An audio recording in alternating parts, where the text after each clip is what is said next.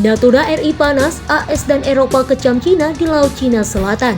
Ketegangan teritorial maritim Cina yang meningkat baru-baru ini membuat Amerika Serikat dan Uni Eropa khawatir. Kedua blok besar negara barat itu menyebut bahwa negeri pimpinan Presiden Xi Jinping itu selalu mengambil langkah-langkah yang bersifat sepihak. Kekhawatiran itu langsung disampaikan oleh Wakil Menteri Luar Negeri AS, Wendy Sherman. Ia mengutarakannya saat bertemu Sekretaris Jenderal Layanan Tindakan Eksternal Eropa, Stefano Sandino, di Washington.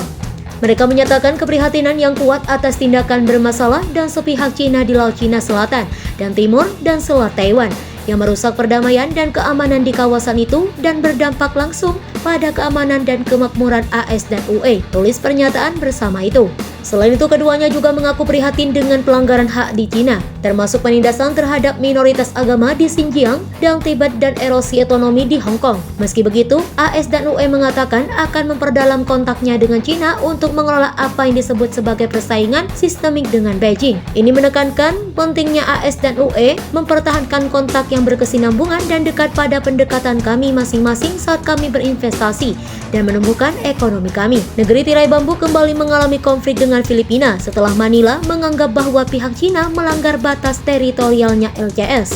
Tak hanya dengan Filipina, Beijing juga baru-baru ini dilaporkan mengirimkan protes kepada pemerintah Indonesia.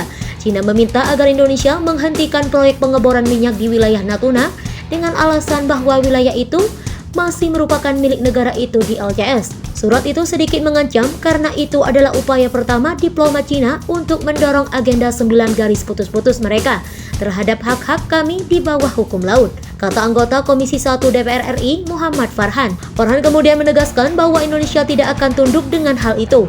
Pasalnya wilayah pengeboran itu secara sah merupakan hak milik RI. Jawaban kami sangat tegas bahwa kami tidak akan menghentikan pengeboran karena itu adalah hak kedaulatan kami. LCS merupakan jalur penting untuk sebagian besar pengiriman komersial dunia.